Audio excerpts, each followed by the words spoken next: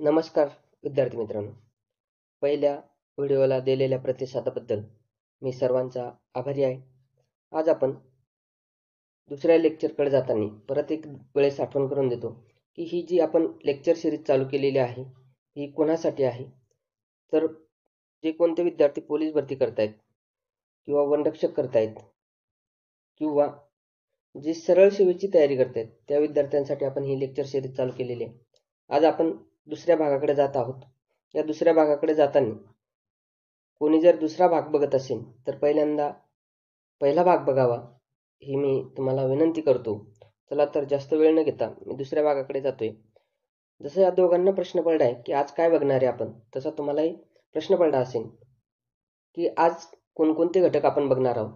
तर पहिला घटक असणार आहे आपला भारतीय घटनेची वैशिष्ट्य. त्यानंतर दुसरा घटक असणार आहे भारताच्या घटनेचे स्रोत किंवा भारतानं कोणकोणत्या देशाकडून कोणकोणत्या गोष्टी घेतल्यात याच्याबद्दलची माहिती. आणि सर्वात शेवटचा पॉईंट असणार आहे भारतीय राज्यघटनेचा सरनामा किंवा प्रास्ताविका. तर पहिल्या पॉईंटकडे जाऊयात आपण. भारतीय राज्यघटनेचे वैशिष्ट्य. आता सर्वात पहिलं वैशिष्ट्य कोणतं आहे भारतीय राज्यघटनेचं? तर भारताची राज्यघटना ही जगातील सर्व राज्यघटनापेक्षा मोठी आहे आणि ती पण लिखित राज्यघटना आहे. म्हणजे लिखित सर्वात मोठी राज्यघटना कोणत्या देशाची असेल तर ती आहे भारत देशाची. आता आपण जर तुलना केली तर अमेरिकेची राज्यघटना फक्त 7 पानांची आहे. ज्या इंग्रजांनी आपल्यावर 150 वर्ष राज्य केले त्या इंग्रजांची राज्यघटना अलिखित स्वरूपाची आहे. मग भारताची राज्यघटना मोठी होण्यामागचं कारण काय आहे? तर त्यामध्ये सुरुवातीला 22 भाग होते, 395 कलम होते आणि 8 परिशिष्ट होते. मात्र सध्याची परिस्थिती जर बघितली तर सध्या 25 भाग झालेत, 465 कलम झालेत आणि 12 परिशिष्ट झालेत. यामुळं भारतीय राज्यघटनेचा काय झालेला आहे, आकार वाढलेला आहे. म्हणून ही सर्वात मोठी राज्यघटना ठरलेली आहे, हे इथं आपल्याला लक्षात ठेवावं लागेल. दुसऱ्या वैशिष्ट्याकडे जातोय आपण. भारतीय राज्यघटनेचं दुसरं वैशिष्ट्य आहे मूलभूत हक्कांचा समावेश केलेला आहे. म्हणजे भारतीय नागरिकांना जे काही हक्क दिलेले आहेत त्या हक्कांचा समावेश आपल्या भारतीय राज्यघटनेत केलेला आहे. आणि मग ते आपल्याला भाग 3 मध्ये बघायला भेटतात. यामध्ये कलम जर बघितले तर कलम 12 ते 35 या कलमादरम्यान तुम्हाला मूलभूत हक्क बघायला भेटतात. दुसरी गोष्ट, आता हे मूलभूत हक्क वापरताना जर आपल्या मूलभूत हक्कांवर कोणी गदा आणली म्हणजे आपल्या मूलभूत हक्कांचं कोणी अडवणूक केली तर त्याच्या संदर्भात सुद्धा तरतूद आपल्या भारतीय राज्यघटनेत करण्यात आलेली आहे. आणि म्हणजे त्या कलमानुसार आपण डायरेक्ट सर्वोच्च न्यायालयात आपल्या हक्कांच्या संदर्भात जाऊ शकतो. ही तरतूद सुद्धा भारतीय राज्यघटनेत आहे आणि हा आपला मूलभूत हक्क सुद्धा आहे. म्हणून भारतीय राज्यघटनेमध्ये मूलभूत हक्कांचा समावेश हे एक वैशिष्ट्य ठरतं, हे तिथं आपल्याला लक्षात ठेवणं गरजेचं आहे. म्हणजे छोट्या छोट्या गोष्टींचा विचार केलेला आहे. जसं की शिक्षण, या प्रतिमेमध्ये जर बघितलं आपण तर शिक्षण सुद्धा लहान बाळांचा मूलभूत हक्क तिथं बनवून ठेवलेला आहे भारतीय राज्यघटनेने, हे तिथं लक्षात ठेवणं गरजेचं आहे. जे की मी बोललोय आता की आपण डायरेक्टली सर्वोच्च न्यायालयात जाऊ शकतो, हे त्याचं एक प्रतीक आहे, हे सुद्धा तिथं लक्षात असू द्या. तिसऱ्या वैशिष्ट्याकडे जातोय आपण. तर तिसरं वैशिष्ट्य सर्वात महत्वाचे, मार्गदर्शक तत्वांचा सुद्धा समावेश भारतीय राज्यघटनेत करण्यात आलेला आहे. भाग 4 मध्ये कलम 36 ते 51 या दरम्यान 36 ते 51 या दरम्यान मार्गदर्शक तत्वांचा समावेश करण्यात आलेला आहे. म्हणजे काय, तर शासनाची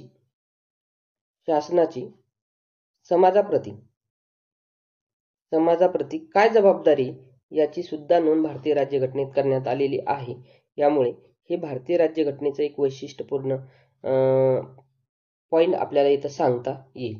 चौथ्या वैशिष्ट्याकडे जातोय आपण. चौथं वैशिष्ट्य काय आहे तर मूलभूत कर्तव्य आहेत.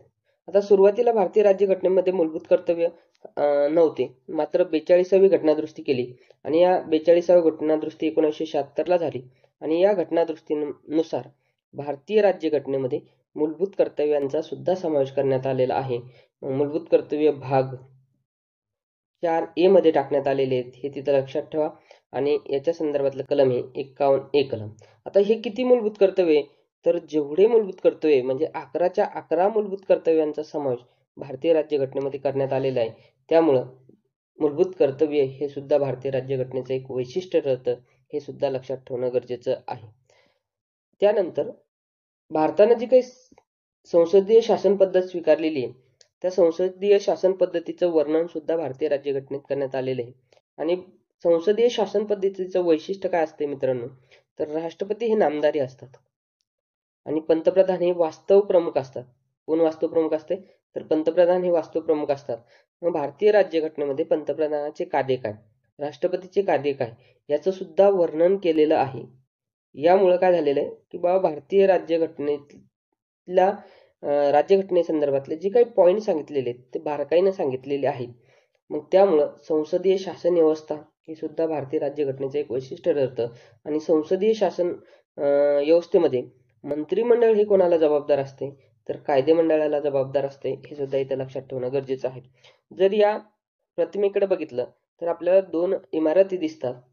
जर या इमारतीकडे बघितलं तर ही गोलाकार इमारत दिसते आणि समोरच्या इमारतीकडे बघितलं तर आपल्याला त्रिकोणाकृती इमारत दिसते. जर गोलाकार ही इमारत कधीची आहे? तर हे दोन्ही संसद भवन आहेत मित्रांनो. कोणते आहेत? संसद भवन आहेत. आणि जुन्या संसद भवनाचा आकार कसा होता? तर गोल होता. नवीन संसद भवनाचा आकार कसा आहे? त्रिकोणाकृती आहे. हे तिथं आपल्याला लक्षात ठेवलं तरी काही हरकत नाही. त्यानंतर भारतीय राज्यघटनेच्या 6व्या वैशिष्ट्याकडे जातोय आपण. म्हणजे भारतावर जर एखादं संकट आलं किंवा एखादी परिस्थिती आली तर कशा पद्धतीने वागायची याची सुद्धा तरतूद भारतीय राज्यघटनेमध्ये करण्यात आलेली आहे. आणि ते म्हणजे आणीबाणीविषयक तरतुदीची सुद्धा नोंद भारतीय राज्यघटनेत केलेली आहे. भाग 18 जर बघितला तुम्ही तर भाग 18 मध्ये तुम्हाला आणीबाणीविषयक 3 कलम दिसतील. त्याच्यामध्ये 352, 356 आणि 360 या 3 कलमांमध्ये 3 आणीबाणी आपल्याला दिलेल्या दिसतील. यामध्ये राष्ट्रीय आणीबाणी, त्यानंतर राज्य आणीबाणी, 356 अंतर्गत कोणती आणीबाणी? तर राज्य आणीबाणी.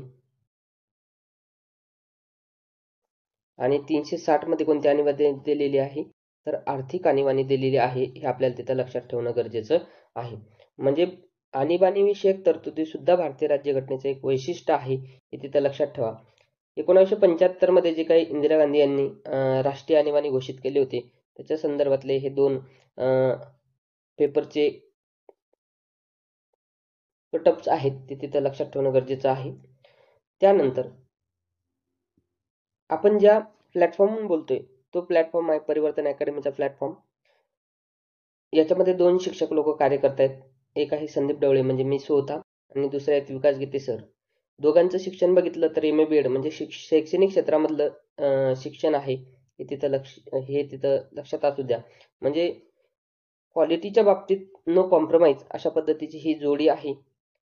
एक आठवडा तुम्ही डेमो करायचा आणि नंतरच आमच्या अकॅडमीला प्रवेश घ्यायचा. हे आमचे सुरुवातीपासूनच सर्व विद्यार्थ्यांना सांगणं असते.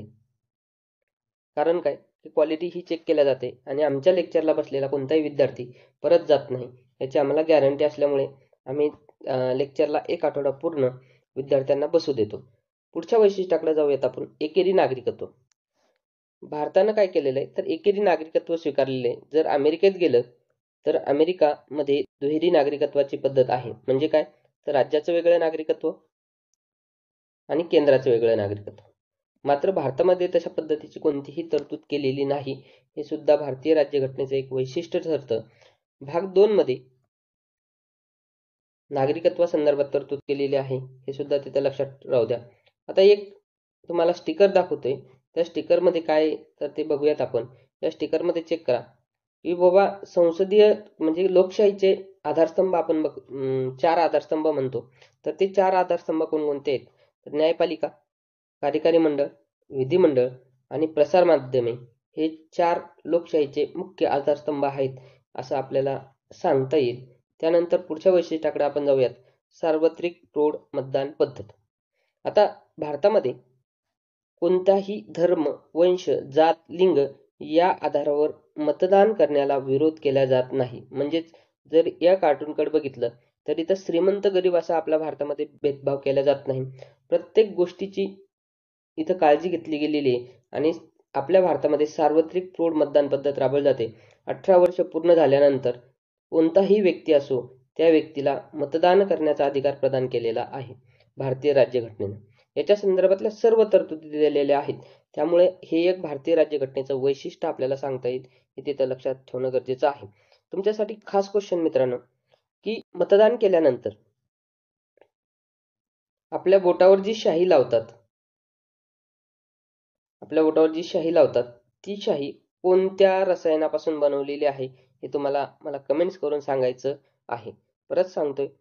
परत क्वेश्चन रिपीट करतोय, की जी मतदान केल्यानंतर जी शाई बोटावर लावली जाते ती शाई कशापासून बनवली जाते हे तुम्हाला सांगायचं आहे. चला त्यानंतर पुढचं वैशिष्ट्य बघूया, धर्मनिरपेक्षता. भारतीय राज्यघटनेमध्ये कोणत्याही धर्माचा उल्लेख केलेला नाही किंवा भारतामध्ये कोणत्याही धर्माला राजाश्रय दिलेला नाही. राजाश्रय सुद्धा दिलेला नाही आणि कोणताही धर्म श्रेष्ठ नाही. कोणत्याही धर्माला दुजाभावाची वागणूक भारतीय राज्यघटनेमध्ये दिलेली नाही. त्यामुळं धर्मनिरपेक्षता हा सुद्धा भारतीय राज्यघटनेचा एक वैशिष्ट्य ठरतंय. इकडे जर स्टिकर बघितले तुम्ही तर सर्व धर्माला समान वागणूक इथं दिल्या जाते आणि भारताच्या बऱ्याच ठिकाणी धर्मनिरपेक्षतेच्या संदर्भात हा नकाशा तुम्हाला दाखवला जातो. त्यानंतरचं पुढचं वैशिष्ट्य बघूयात. भारतीय राज्यघटना तयार करताना जवळपास 60 देशांच्या राज्यघटनांचा अभ्यास केला गेलेला आहे आणि भारताला ज्या गोष्टी लागू पडतील त्या गोष्टी भारताच्या राज्यघटनेमध्ये घेण्याचा प्रयत्न मसुदा समितीने केलेला आहे. आणि याच्यामध्ये सर्वात जास्त प्रभाव कोणत्या कायद्याचा पडलेला असेल तर इंग्रजांनी भारतासाठी केलेला जो काही कायदा होता कोणता 1935चा कायदा, तर या 1935च्या कायद्याचा सर्वाधिक प्रभाव भारतीय राज्यघटनेवर आपल्याला पडलेला दिसतो. म्हणजे जर विचार केला तर भारतीय राज्यघटनेतला 3/4 भाग म्हणजेच काय 75% भाग या 1935च्या कायद्यावर आहे. हे सुद्धा तिथं लक्षात ठेवणं गरजेचं आहे.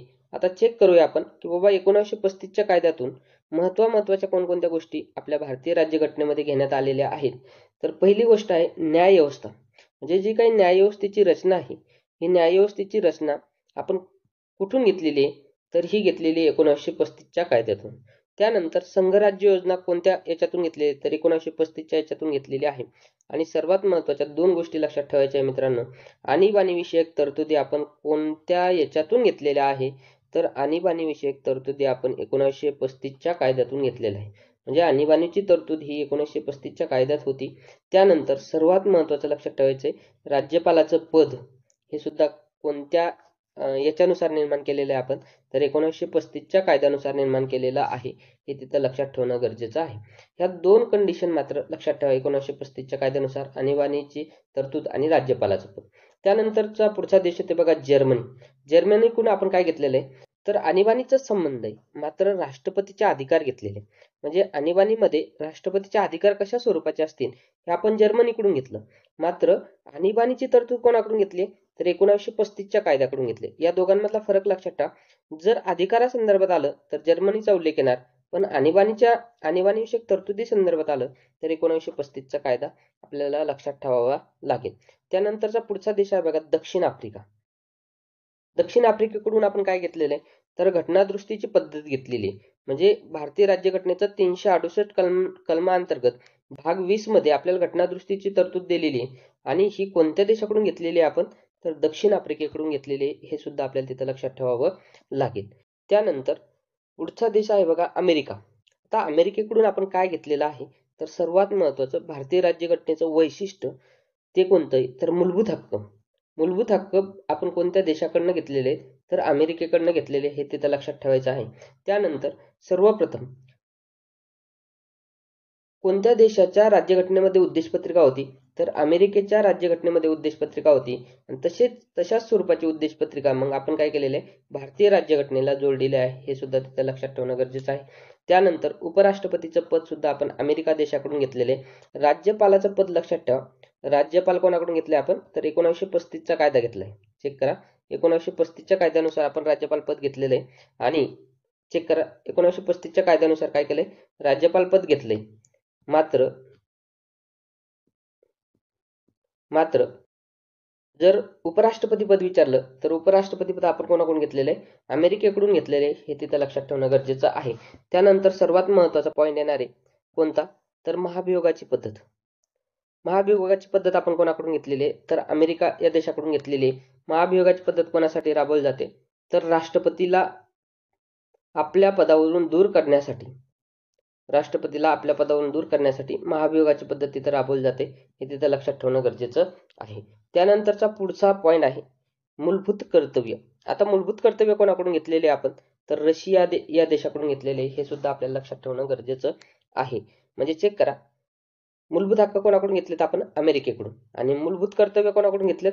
तर रशियाकडून घेतले. आणि त्यानंतरचा सर्वात महत्त्वाचा पॉईंट आहे, तर आयर्लंडकडून आपण काय घेतलंय? तर मार्गदर्शक तत्व घेतलंय.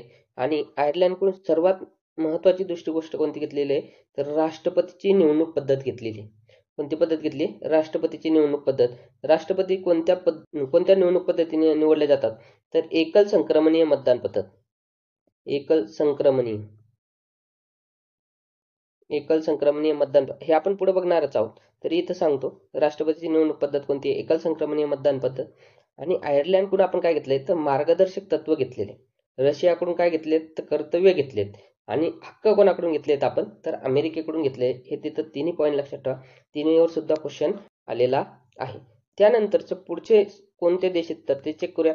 ब्रिटनकडून आपण काय घेतलेले? तर सर्वात महत्त्वाचं लक्षात ठेवायचं, ब्रिटनकडून आपण संसद घेतलेली. ब्रिटनकडून काय घेतली आपण? संसद घेतली.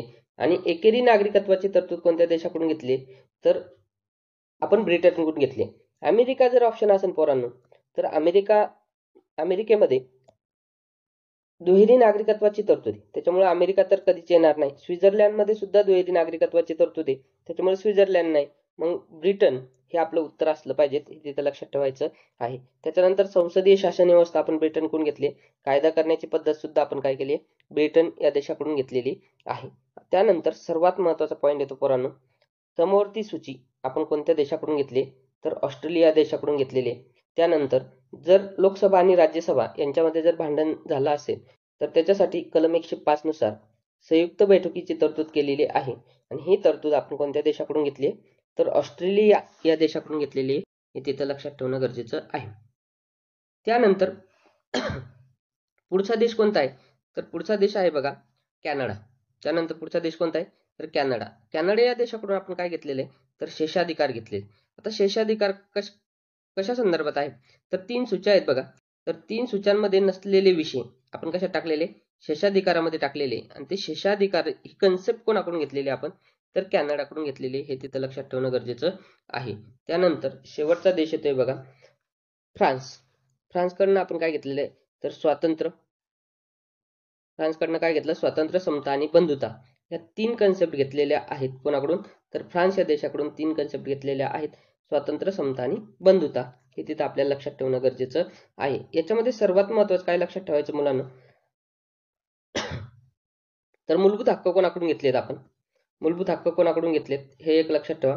त्यानंतर मार्गदर्शक तत्व आपण कोणाकडून घेतलेत हे सुद्धा लक्षात ठेवा. म्हणजे पहिली गोष्ट लक्षात ठेवायची, मूलभूत हक्क कोणाकडून घेतलेत. त्याच्यानंतर मूलभूत कर्तव्य आणि मार्गदर्शक तत्व, या तिन्ही गोष्टीवर आपल्याला बऱ्याच वेळेस क्वेश्चन विचारले जाते. त्यामुळे तिन्ही गोष्टी आपल्याला लक्षात ठेवणं गरजेचं आहे की बाबा कोणत्या देशाकडून काय घेतलंय आपण. तर मूलभूत हक्क अमेरिकेकडून घेतलेत. त्यानंतर मूलभूत कर्तव्य रशियाकडून घेतलेत. आणि आयर्लंडकडून मार्गदर्शक तत्व घेतलेत, हे तिथं लक्षात ठेवायचं आहे. त्याच्यामध्ये आणखी परत याच्या आणीबाणीविषयक तरतुदी आणि राज्यपालाचं पद आपण 1935च्या कायद्यानुसार घेतलंय. आणि घटनादुरुस्तीवर बऱ्याच वेळेस क्वेश्चन आलेला आहे, त्याच्यामुळे घटनादुरुस्तीची पद्धत किंवा घटनादुरुस्ती सुद्धा लक्षात ठेवायला काही हरकत नाही. म्हणजे घटनादुरुस्ती ही पद्धत कोणाकडून घेतली आपण? तर दक्षिण आफ्रिकेकडून घेतलेली. कोणाकडून? दक्षिण आफ्रिकेकडून घेतलेली आहे, हे तिथं लक्षात ठेवा. चला त्यानंतर पुढचे पॉईंट बघूयात आपण.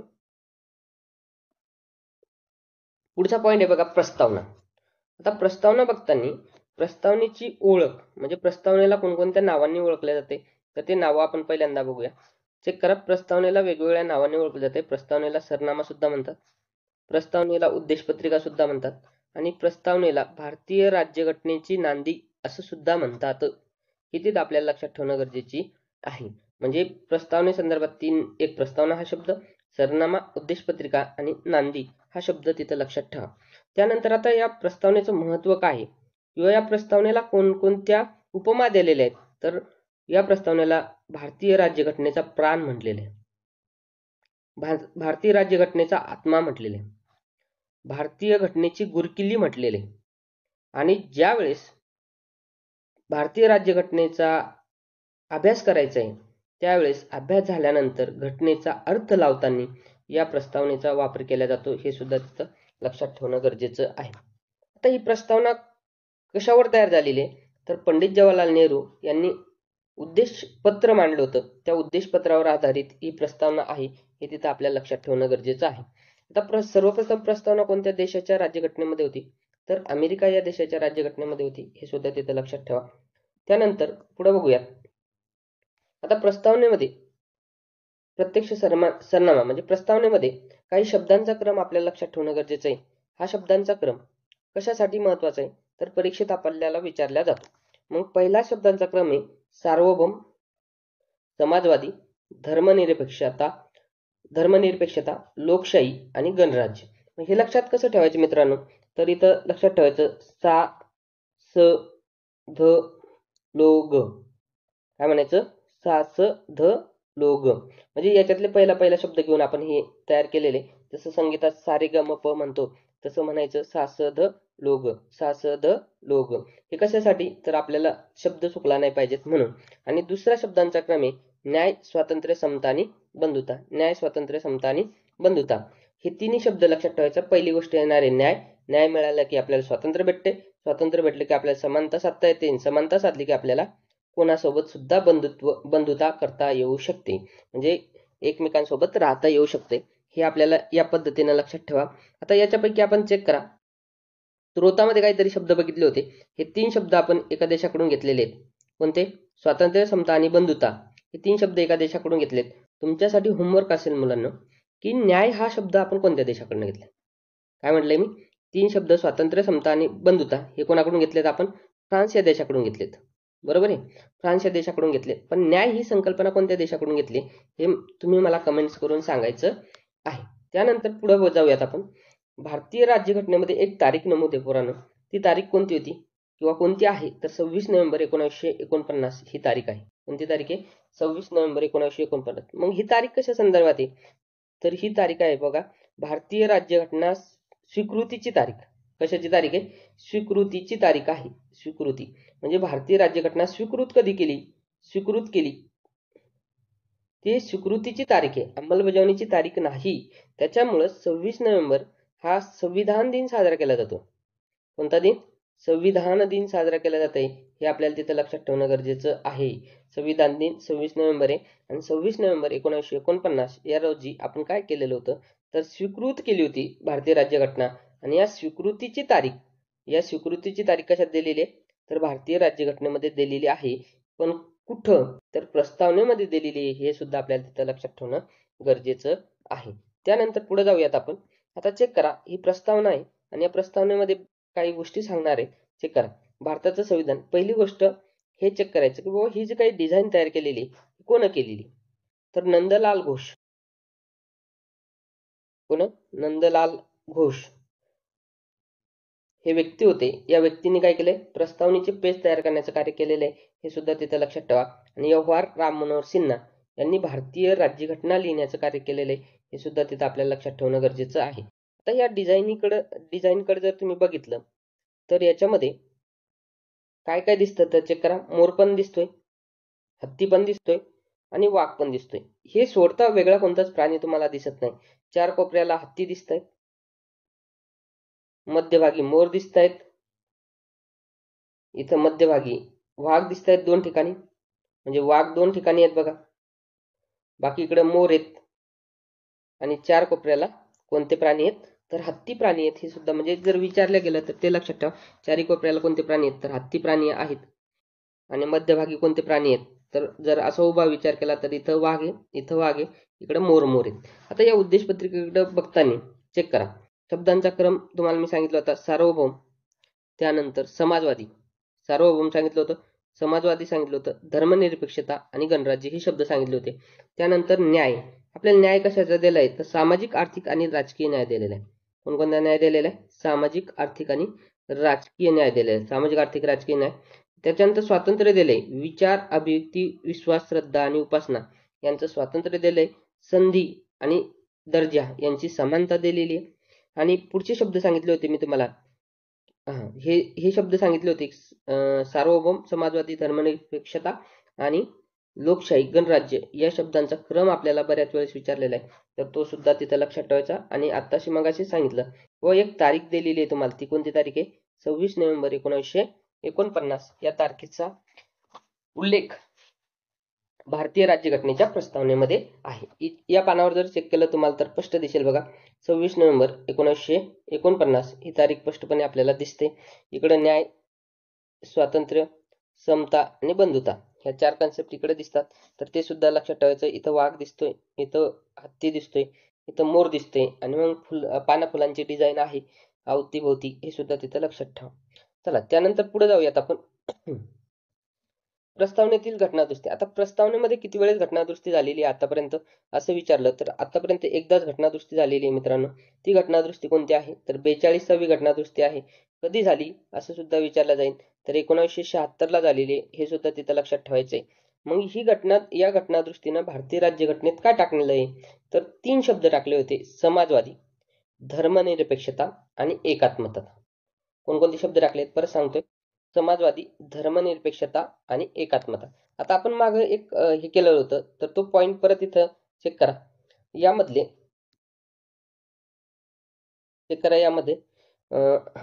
इथे आलोय आपण. आता चेक करा. यामध्ये काय केलं होतं तर हे शब्दांचा क्रम सांगितला होता मी तुम्हाला. बरोबर आहे.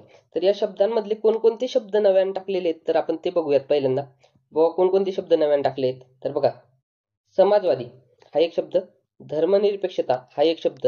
हे 2 शब्द सुरुवातीच्या शब्दांमधले काय केलेले आहेत? नव्याने टाकले. समाजवादी आणि धर्मनिरपेक्षता. म्हणजे सुरुवातीला हे 2 शब्द भारतीय राज्यघटनेत नव्हते. नव्याने टाकण्यात आलेले. आणि तिसरा शब्द कोणता आहे? तर एकात्मता. कोणता शब्द आहे? एकात्मता हा शब्द आहे. हे तिथं लक्षात ठेवा. समाजवादी, धर्मनिरपेक्षता आणि एकात्मता हे लक्षात ठेवायचे. आता प्रस्तावनेसंदर्भात काही वाद निर्माण झाले होते. ते वाद काय होते तर ते आपल्याला काही एवढं गरजेचं नाही. पण एका वाक्यात सांगतो. भाग आहे का नाही? म्हणजे प्रस्तावना हा भारतीय राज्यघटनेचा भाग आहे की नाही याच्या संदर्भात वाद निर्माण झाले होते. तर पहिला वाद बेरोबारी युनियन केस होता. हे काय आपल्याला लक्षात ठेवण्याची गरज नाही. मात्र प्रस्तावनेसंदर्भातल्या वादावर सर्वोच्च न्यायालयाने एक निर्णय दिला होता. आणि तो कोणत्या केस संदर्भात दिला होता तर केशवानंद भारती खटला. कधीचा आहे तर 1973चा आहे. आणि याच्या संदर्भातला निर्णय मात्र आपल्याला लक्षात ठेवायचा आहे की बाबा कोणत्या खटल्यामध्ये सर्वोच्च न्यायालयाने सांगितलं की प्रस्तावना हा भारतीय राज्यघटनेचा भाग आहे. तर केशवानंद भारती खटला 1973 या खटल्यामध्ये सांगितलं होतं की बाबा प्रस्तावना हा भारतीय राज्यघटनेचा अविभाज्य भाग आहे. कसा? अविभाज्य म्हणजे काय? त्याला काढून टाकू शकत नाही असा भाग आहे. हे ते कधी सांगितलंय तर केशवानंद भारती खटल्यामध्ये सांगितलेलं आहे. हे तिथं आपल्याला लक्षात ठेवणं गरजेचं आहे. त्यानंतर परत एकदा अकॅडमीच्या बॅनरवर येतो मित्रांनो. आपण 3-3 महिन्याला गणित आणि बुद्धिमत्तेची बॅच चालू करत असतो. तर याच्यामध्ये आपण पोलीस भरती करत असाल तर 50 मार्काला गणित असणार आहे. बाकीच्या सर्व सेवा करत असाल तरी सुद्धा 40 ते 30 मार्काला बुद्धिमत्ता आणि गणित असते. तर याच्यासाठी आपण स्वतंत्र स्वरूपाची बॅच ठेवतो. याच्यामध्ये 3 तास लेक्चर राहतं. गणित आणि बुद्धिमत्तेचं 1.5 तासाचं लेक्चर असतं. याच्यामध्ये तुमची भूमिती पण कव्हर केली जाणार आहे. आणि टॉपिक वाईज टेस्ट सुद्धा होतात. जर 3 महिन्यात तुम्हाला गणितामध्ये इम्प्रूव्हमेंट दिसली नाही तर संपूर्ण फी आम्ही रिटर्न पण देतो. ही एक आमची पॉलिसी आहे. त्यानंतर पोलीस भरतीचे सुद्धा आपल्या 6-6 महिन्याच्या फरकानं बॅचेस चालू असतात. 80-80 विद्यार्थ्यांची बॅच असते. प्रत्येक विद्यार्थ्यावर लक्ष असतं. आणि सर्वात महत्त्वाचं म्हणजे काय तर आपण 1 आठवडा कोणत्याही विद्यार्थ्याकडून फी घेत नाही. आल्यानंतर 1 आठवडा तुम्ही लेक्चर करा. लेक्चर केल्यानंतर तुम्हाला आवडलं तर फी भरायची, नाहीतर भरायची नाही. आपल्या अकॅडमीचा पत्ता किंवा अकॅडमीबद्दल अधिक माहिती जर जाणून घ्यायची असेल तर प्रत्येक स्लाईडवर आपले नंबर आहेत. दुसरी गोष्ट आपली शाखा 2 ठिकाणी आहे. म्हणजे एक भोसरीमध्ये सुद्धा आहे आणि आळंदीमध्ये सुद्धा आहे. भोसरी ज्यांना जवळ पडते त्यांनी भोसरीत ॲडमिशन करण्यासाठी येण्याचा प्रयत्न करा. ज्यांना आळंदी जवळ पडते त्यांना सुद्धा आळंदीत येण्याचा प्रयत्न करा. दुसरी गोष्ट निवासी बॅच सुद्धा आहे आपली. निवासी बॅचसुद्धा आहे. आळंदी या ठिकाणी महिन्याला 6,000 रुपये खर्च येतो या निवासी बॅचसाठी. तर तुम्ही त्याच्यासाठी सुद्धा ॲडमिशन करू शकता. चला, तर अशा पद्धतीनं आज आपण लेक्चर संपवलेलं आहे. शेवटपर्यंत लेक्चर बघितल्याबद्दल सर्वांचा आभारी आहे. अशीच आपली लेक्चर सिरीज पुढे चालू राहणार आहे. तुम्हाला लेक्चरमध्ये कोणत्या गोष्टी आवडल्या आहेत त्या कमेंट्स करून सांगत जा. कोणत्या गोष्टी आवडल्या नाहीत हे सुद्धा कमेंट्स करून सांगत जा. आणि मध्ये तुम्हाला काही प्रश्न विचारलेले आहेत त्या प्रश्नांचे सुद्धा उत्तरं देत चला.